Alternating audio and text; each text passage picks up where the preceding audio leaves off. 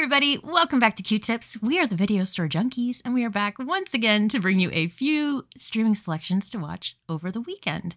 And we're going to jump right into this, and I will hand it over to Paul. Oh, what a surprise. Okay, hey, wow. Thanks, Renee. So my first pick, it's a little hard to pin down. Is it a documentary? Well, it did win an Oscar for Best Documentary in 1971. Is it a sci-fi film thriller? Well, they kind of tried to market it that way. Is it a children's film? Well, it's rated G and was on a double bill with Willy Wonka. Is it fiction? Well, that's a good question. It's the Hellstrom Chronicle from 1971. Wow. Yeah, it is. It's a documentary, sort of, and well, it's presented in conjunction with Dr. Hellstrom, who narrates it, and he talks about how he's lost friends and lost positions and so forth based on his radical theories. And this is presented all like straight fact as can be, that basically the insects are going to take over the world.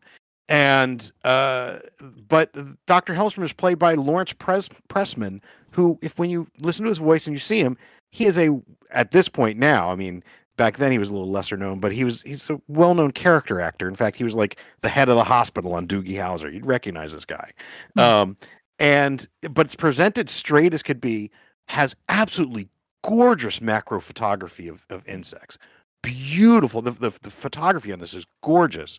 I don't know if I'd really, look to it for actual accurate scientific information, but it's fascinating to watch just the over the top language. And from what I've understood, that they were kind of like, our tongue is a little bit in cheek with this, and we're gonna see what kind of things we can kind of slip through in terms of how outrageous we can make this.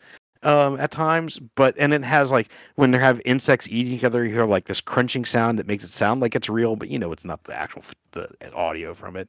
And the music is all like early 70s sort of sci-fi thriller horror music. It's this such a bizarre thing, but gorgeous to watch.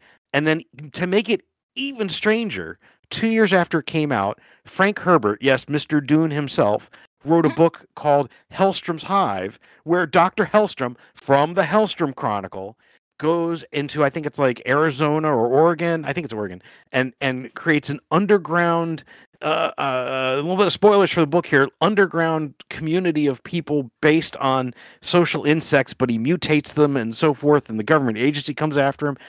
We're talking weird shit. So anyway, and I actually first found out about that in ninth grade when my friend Brian Orlov recommended it to me. He said, "You got to read this book. It's really cool." And so I did, and I never made the connection until years later. But anyway, where's it playing, you ask? Oh, good question, because I'm just rambling on.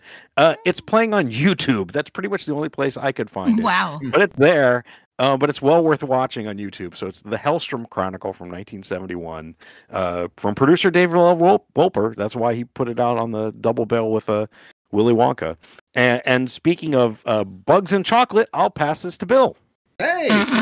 Well, I will answer the question about its scientific veracity. It's a steaming pile of pony shit. That's what it is. It is the most bogus crap imaginable. I remember when this came out and they had some... Like, the ad was a newsman who was kind of like doing Walter Cronkite and talking about, long before we ever wipe ourselves out in nuclear holocaust, a smaller enemy will kill us. If you think this is science fiction, it is science fact. And then you get this absolute nonsense with a little bit of that vague, kind of like progressive fascist, anti-individualist 1970s vibe, that the problem with humans is that we be thinking too much, whereas insects are just all for the greater good, and that's why they're going to win. It was like kind of like vaguely, if only we could be more like insects, like communists or something. I don't know. It's well, so you really should read Hellstrom's Hive afterward too. I should. Which is really but fun. It does have great cinematography, and there's like it's gorgeous. I showed this to my students, like one of my first years teaching, because I taught zoology, and there's a scene where Dr. Hellstrom to get back, he like wipes out ant colonies with a garden hose, and it's in slow motion. And it's like a tsunami, and but it's all no good because they're going to win in the end. Well, you know what? It's been what? How many years? How many years since then? 1971. It's been They're playing 50, the long game, Bill. It's been 50 damn years, and other than the occasional water bug that still gets into my house, I don't think they're not doing all that great. Everything's fine. Okay, so let's see. So I'm doing a movie, and I realize I've already done it, but what the hell? I've already got all this stuff there, so I'm going to... And maybe I didn't say all this stuff before, but I'll bet I did. It'd be fun to compare the two. Yeah, just let me do this like 4 or 5 times, then have a special episode where it's just me recommending the same movie 4 times, forgetting that I've already done it. That'd be amazing. Yeah. Sad. So I'm recommending from 1964, The Flesh Eaters. Yay! Yeah, it's a cool, nifty little, surprisingly gory science fiction horror movie starring Martin Koslick, who is this really cool guy who looks like Joseph Goebbels. And that worked out great for him. Now, he escaped from Nazi Germany only to be typecast for the rest of his life as Nazi villains, specifically Joseph Goebbels, who he played like 5 or 6 times, including in one of my favorite Hitler movies from 1962, Hitler. Well, not a lot of thought went into that one, but... And even better, it's Hitler with an exclamation point. It's not listed that way, but every poster I've ever seen from this movie has Hitler with an exclamation point, which seems really needless. Because how many times do you ever even say the word Hitler where it wouldn't be an exclamation? Just the word. If you're walking down the street and someone was to, walk up to you and say Hitler, they're not going to just say it like Hitler. They're like, Hitler! Like they're calling you Hitler for some reason. Or worse, like behind you is Hitler. He's back. And that would be cause for concerns. They're like, Hitler! Oh my God, where? I suppose, there are times where you don't need the exclamation point. You walk up to someone and like, Hitler. What was his deal? Okay, so maybe something like that. But for the most part, anyway, that's a really fun movie. And what's really cool is that one of the actors in it, besides Martin Koslick, who plays, you guessed it, Joseph Goebbels, because he's so good at it. He really captures that sawed-off, club-footed little homunculus better than just about anybody. He's really, really good. But it also has the guy who played Sergeant Schultz from Hogan's Heroes. And he's not playing. It's great. It's just fun. And Richard Basehart plays Hitler as a real sexual pervert. They could only say so much in 1962, but you get what's going on here. There's some funny stuff going on. It's like, so that's a fun movie. But I'm not recommending that one. I'm recommending The Flesh Eaters, where Martin Koslick plays a Nazi villain on this desert island who is raising flesh-eating microbes. And, like flesh-eating plankton. Then a bunch of red shirts get marooned on this island, and one by one they get picked off by this guy who is obviously evil. He looks like Joseph Goebbels. He speaks like a Nazi villain, and he's raising carnivorous plankton. What do you need? This was written by Arnold Drake, the comic book writer, who co-created the Doom Patrol and the Guardians of the Galaxy with Stan Lee, and also co-created Dead Man with Carmen Infantino. So he had some good stuff. It was directed by Jack Curtis, who I don't think directed another movie, which is surprising because this is really kind of nifty. Jack Curtis later went on to be a voice actor. He was the voice of Pops on Speed Racer. Oh, okay. And the movie's very well edited, and it turns out it was edited by Randy Metzger, who was a European director who made a lot of pretty classy softcore porn movies, and then later on went, because there's not a lot of money in that, went on to just make porn movies, which are generally regarded as the best of that genre. They're not going to win any awards, but, he was a good editor, and yeah. So, yeah, this is a really fun movie, and it's just it keeps upping the ante, You've got these flesh-eating microbes, which are just like scratches on the emulsion. You're like, this is not going anywhere. But then, hey, what would happen if someone was tricked into drinking them? Well, it's pretty goddamn awful. That's what happens. You get eaten from the inside out. Suddenly your guts are spilling out in glorious black and white cocoa. It looks good. And then there's like a scene where you can see through the guy, And if you shoot him with electricity, which seems like an obvious thing, no, they just turn into a giant flesh-eating monster. So there's the climax of the movie. I mean, this thing just keeps on pumping it up. This would be a great double feature with Attack of the Crab Monsters. Mm-hmm. It's on, of course, it's on Tubi. It's probably on a bunch of things because I think it's slipped into the public domain, and it'll always be on one of those 12,000 movies for $10 CDs that you can buy. But yeah, The Flesh Eaters from 1964 on Tubi. I raise a glass to Martin Koslick. Unlike a lot of actors from Germany who fled, the Nazis and then felt bad that they kept playing the Nazis, he seemed to really enjoy it. And why not? Because, there's your chance to get back at him, right? Because you know what happens to this guy in the end. I mean, do I need to tell you? He's a Nazi villain in a movie called The Flesh Eaters. Is there any chance he's going to get out of this without all of his flesh being eaten? No. And that's no spoiler alert. So I will throw this to Renee. Oh my gosh. Well, thanks, Bill. So my first recommendation is from 2005. So chances are you haven't seen this, and it's probably okay. Uh-oh. Glowing recommendation. Right, it's not terrible, but so I would say, okay, well, let me just first give you the rundown here. The movie is called The Cave. So it's a group of biologists. They discover these unexplored caves in Romania, and they think that there might be some undisturbed ecosystem with a new species. So head down there with this amazing team, American research, because obviously that is where the smartest and most qualified researchers come from. I'm thinking the smartest ones come from whatever country whose researchers said, no, this sounds like a really bad idea. I'm not going.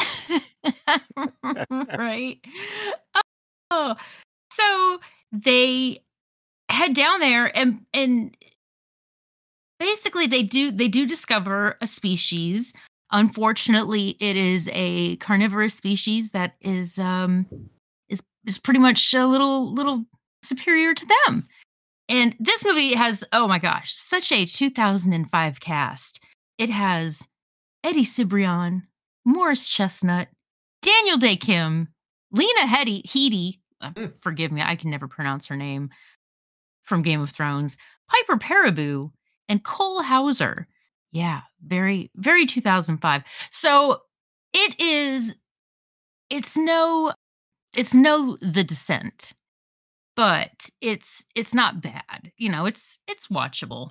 And since The Descent is not currently on streaming, you should watch The Cave instead. You can watch that on Tubi. Oh my gosh. So yeah, that's my first recommendation, and I will pass this back over to Paul. Well, thank you, Renee. Speaking of things underground, so my theme is actually social insects destroying the world in the 1970s. So Bill could probably tell the title of this one. It's Phase 4. That's a Roman numeral. Oh, wow. Yes. Not to be confused with the 2002 Phase 4 starring Dean Cain and Brian Bosworth. Completely unrelated movie. This is Phase 4 from 1974 by director Saul Bass. And it stars Nigel Davenport and Michael Murphy and Lynn Frederick. And basically, it's very trippy. I saw this when I was a kid. I think it was some night my parents were having like a bridge party or something, so I was upstairs watching TV and watched this and blew my little mind. Basically something happens to the ants in, I think it's Arizona, and they become super smart ants, and basically you've got these scientists who are trying to figure out what's going on with them, because the ants build these giant tower structures, and then the scientists are trying to communicate with math, and they're battling the ants who invade the computers to short them out, or build these giant reflectors to cook the geodesic dome that the scientists are in. It's really bizarre. So where can you watch this, you ask? Well, if you check Just Watch or Real Good, it'll say, oh, you can watch it on Canopy with a K if your library happens to subscribe to them. But if it doesn't, and you've got a Roku, you can search for the the app Movieland.tv. And I don't know how or why they're showing it, but you can go on Movieland TV on Roku and watch it there as well. So it is bizarre. It is apparently if like the original ending was even trippier and more bizarre. Yes, you can see that on YouTube. Yeah, and it's a weird movie. But like I said, when I was a kid, I was just like, whoa, just blew my mind. Again, lots of macro photography of ants getting crushed by things and shorting out computers and it's just very bizarre and it's a, you know, I don't know. Michael Murphy's always kind of fun, even though this is one of his serious roles, because even when he plays comedic roles, he plays them serious. But this is a fun one. So that's Phase 4 with the Roman numeral 4, 1974. I can't really speak to the Dean Cain, Brian Bosworth one. So, but speaking of ants taking over the world and Dean Cain, I'll pass this to Bill Mulligan. Okay, well, thank you. So, continuing with the theme of, I guess, Nazis, this, you know who also was not a great guy in World War II? Stalin. He gets a lot of credit for, turning on Hitler. Yeah, that was after 2 years of being best buds and basically, rampaging through Europe and, Finland or whatever, and just they were two peas in a pod until one of them turned on the other, and then all of a sudden it's like, oh, this is awful, taking over the world. Yeah, that guy got away with murder, literally. But the one thing you got to say about Stalin, he lived long enough to basically, reap the benefits of having won in World War II. And so they made a movie in Russia called The Fall of Berlin, a two-parter. And it is a 100%, it's a magnificently made color, really cool color, really well cast. I mean, Hitler looks more like Hitler than he did when he was Hitler. They found someone who looks even more like Goebbels than Martin's Koslik, which is a miracle to me. And they found a guy who looked so much like Stalin that when the scene at the end of the movie where Stalin goes to Berlin and congratulates his soldiers, which he never actually did, the real Stalin was in tears and was heard muttering, "I should have done that." This guy plays Stalin brilliantly. Of course he did. He would have been lined up against the wall and shot at the premiere. They would have gotten him up there on the screen and just shot him right there if he'd screwed it up. But no, he plays it great. And he plays the kind of Stalin that Stalin would really like. This guy was not caught unaware by Hitler. Oh, no. He knew it all along. And as soon as Hitler goes running in there, he and his generals are just running around like, what are we going to do? What are we going to do? We're going to lose the war. Stalin is just sitting there smoking his cigarette, calm, cool, collected, walks up to the map, muses about it for a second, takes another drag on his cigarette, and just says, here, here, here, and here, and that's what we're going to do. And everyone just looks at him like, oh my God, that will work. We will win in the next 4 years. And that's the whole movie right there. It's just, they cut between Hitler, and the guy who's playing Hitler, he is swaying for the rafters. He is the most over the top. You know that downfall scene that we've seen a million times and been parodied? That's him in every scene. He is just absolutely terrific. He is just mincing around there, being crazy Adolf Hitler, and all the Nazis are just so stereotypical. Although the cool thing is, they really were like that. I mean, Martin Goring was a buffoon. Goebbels was a homunculus. I mean, they were all just awful people, and they were so easy to parody, and this movie does that and everything. Now, you got to put up with the fact that it is celebrating one of history's greatest monsters. I mean, it's Stalin was an absolute monster, but here he is beloved by all, and why shouldn't they love him? Because he single-handedly wins World War II. They have scenes where, he's there with Franklin Delano Roosevelt and Winston Churchill, and these guys are like a couple of buffoons at the feet of the master, who's just leading them along and telling them, and just everything's going to be fine. At the end of the movie is like, I hope, God, I sure hope that we'll be able to have peace. This murdering bastard.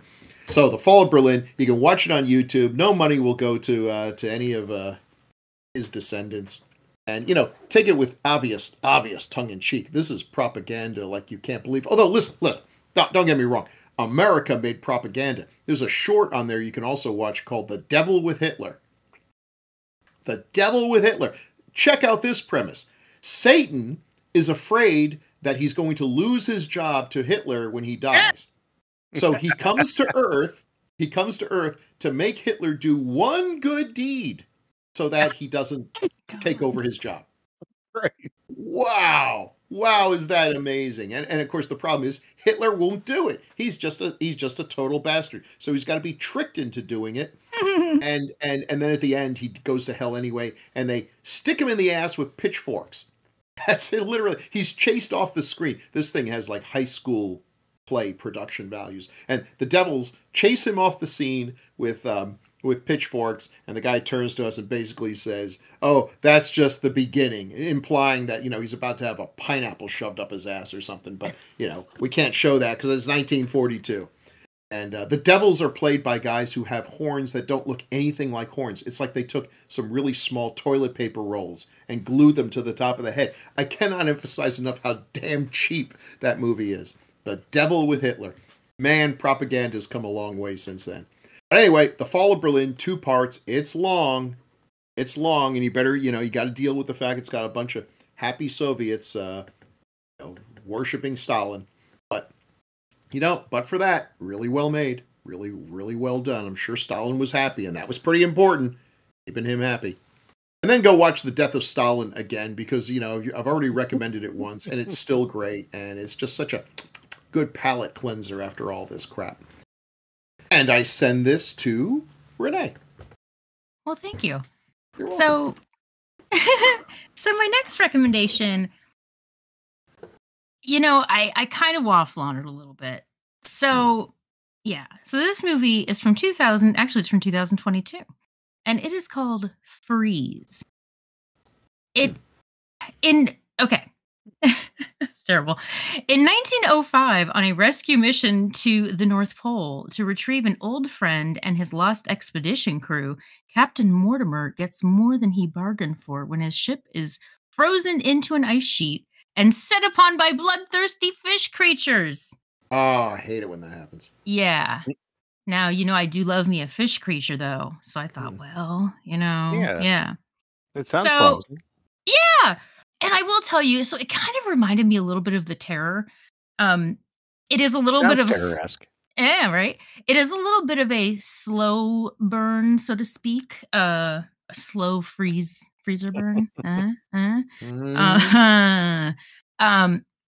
so I just really can't decide. It wasn't terrible. The wardrobe was great. The acting actually was good. There's just, I think, some bits in the story that were a little but overall, I think it might be worth watching. They do say it's a little bit of a Lovecraftian situation, which I have to be completely honest, I really am not good at picking up on that kind of thing. So if that's a thing that people like, that might interest them in this movie. Yeah. So, and also, but I mean, it's kind of sort of good because it's on Tubi. Yeah. So it's kind of sort of good. Yeah. So that's my somewhat reluctant recommendation. Does anybody have anything to sing us out with? Bill, did you have something you prepared or wanted I don't think any of the movies I recommended were much in the way. I think there was a song in the Fall of Berlin about, something about with due diligence we can increase our tractor production. One of those Soviet songs, just I'll tell you something. If you really want to fall down a rabbit hole, watch some North Korean movies.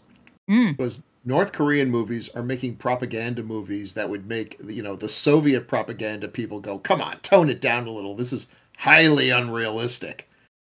But yeah, there's something. Well, I've got something I could do. Oh, okay. Can't really do the music from the Hellstrom Chronicle. Don't. No, I figure. So 1970s Bugs. Why? It's the theme from the Bugaloos. The Bugaloos. We're in the air and everywhere, flying high, flying loose, flying free as a summer breeze. For the weekend of March 24th, Bill recommended The Flesh Eaters, available on Tubi, Pluto, and Plex, and The Fall of Berlin, available on YouTube. Paul recommended The Hellstrom Chronicles, available on YouTube, and Phase 4, available on Canopy. I recommended The Cave, available on Tubi, and Freeze, available on Tubi, Vudu, and Freebie. The Bugaloos, we're climbing high and diving low through the sky, across the land, straight to you with the helping hand. There you go. Nice. Yeah, with Martha Ray. Oh. I forgot to tell you the best part about Freeze. What? It's the tagline, which I What know. is it? I know that Bill loves taglines. Oh, yeah. It's not just the frost that bites. Oh, Ooh, is that commenting on the tagline quality bites. of the movie? Ooh. Oh, that's not good. No, that was very bad.